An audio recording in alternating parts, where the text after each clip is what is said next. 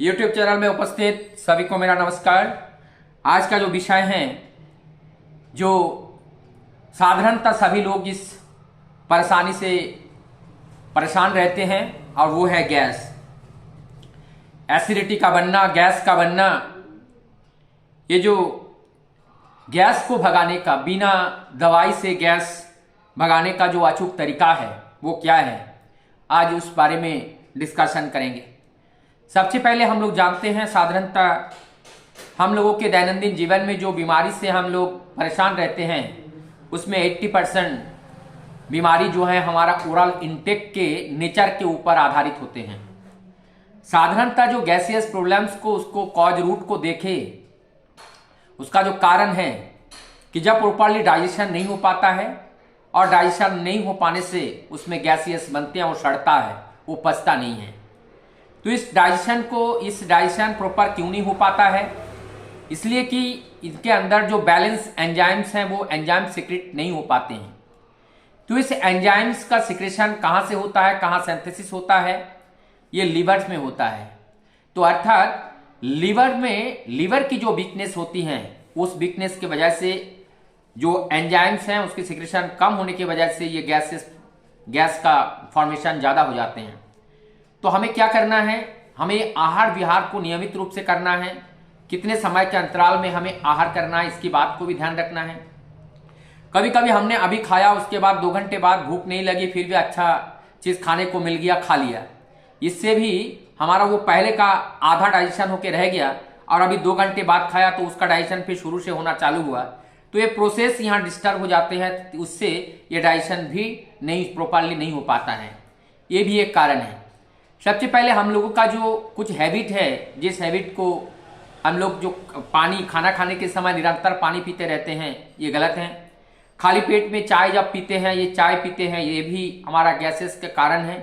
उसके बाद जब हम किसी प्रोटीन डाइट को लेते हैं तो कई सारे प्रोटीन डाइट एक दिन ले लेते हैं, ये भी हमारा हार्ड डाइट का वजह से जो गैस बनने का ये कारण होते हैं। तो हमें क्या करना है कि हमें इस गैस के शिकार ना बने। आज के डेट में अगर देखा जाए कि बहुत ही कम लोग ऐसे हैं जो बिना गैस के, बिना परेशानी से अपना जीवन व्यतीत कर रहे हैं।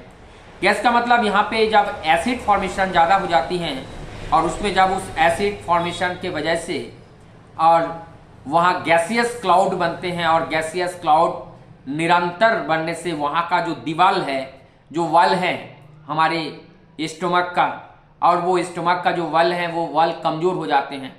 इसी प्रकार से जो स्टमक में जो गैस्ट्रिक अल्सर, ड्यूडेनम अल्सर या डिफरेंट टाइप के अल्सर हम लोगों में बनने लगता है। और जब ये अल्सर, इसका मतलब जो हमारे इंटरनल जो लेयर्स हैं, वो लेयर्स जितना थिन हो जाती हैं, उतना वहाँ से जो सिक्रेशन की जो एक्टिविटीज़ हैं वो डिस्टर्ब हो जाती हैं। तो हमें करना क्या है? हमें करना ये होगा कि हम लोगों का सुबह का भोजन का जो शेड्यूल है उस पर हमें ध्यान रखना पड़ेगा। सबसे पहले जो हार्ड भोजन होते हैं, यानी कि जो प्रोटीन डाइट होते हैं, हैवी डाइट होते हैं, वो मॉर्निंग के टाइम पे हम इस्तेमाल करें। और उससे जो कम जो डाइट होते हैं वो दोपहर के टाइम इस्तेमाल करें। और उससे जो हल्का डाइट होते हैं वो नाइट में हम इस्तेमाल करें। इसके ऑपोजिट जब करते हैं कि मॉर्निंग में लाइट लेते हैं, और दोपहर के टाइम थोड़ा और ज़्यादा हैवी लेते हैं, और नाइट में और ज़्यादा हैवी लेते हैं, ये एकदम रिवर्स प्रोसेस हैं, नेचुरल वे के एक रिवर्स प्रोसेस हैं।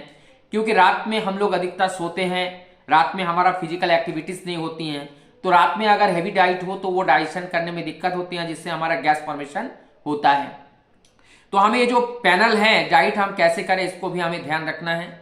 और जो भी हम एसेसरी भोजन के रूप में लेते हैं, फल जो हम फ्रूट्स लेते हैं वो किस समय ले, पानी किस समय हम ज़्यादा पिए।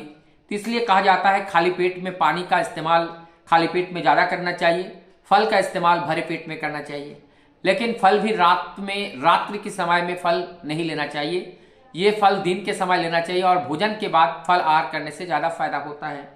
आज के डेट में जो स्वीट्स हैं, मिठाई हैं, ये मिठाई बहुत स्लो पॉइजन की तरह काम करता है। उसका कारण ही यही है कि प्योर मिल्क मिलना, और प्योर जितने भी उनके जो प्रोडक्ट्स होते हैं, अलग अलग जो प्रोडक्ट होते हैं, वो प्योर मिलना बड़ा कठिन हो जाते हैं।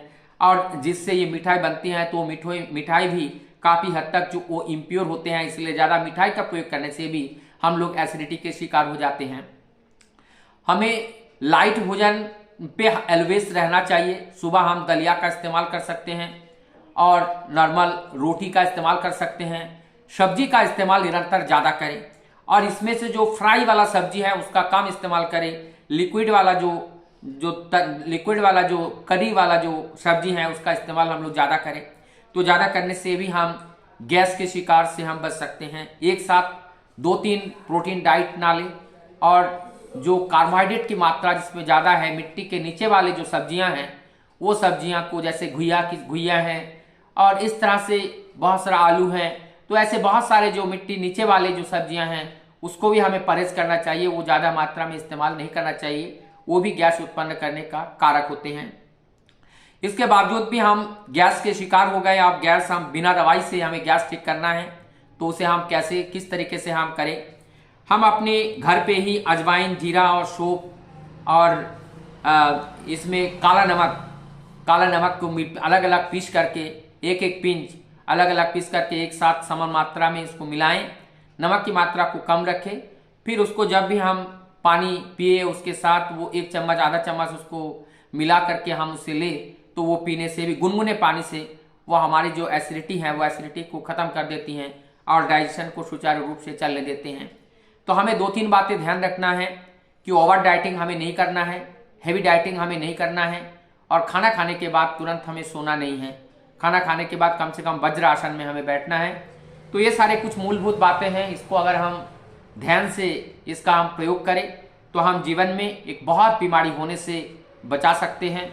और जब हम बड़े बड़े बीमारी के शिकार हो जाते हैं तो हमारी बॉडी की जो एक्टिविटीज़ हैं वो कम हो जाती हैं, लॉन्गेविटी कम हो जाती हैं, हमारी बॉडी की इम्यूनिटी गिर जाते हैं और फिर हमारे हर जो सिस्टम है वो कम से कम काम करने लगते हैं।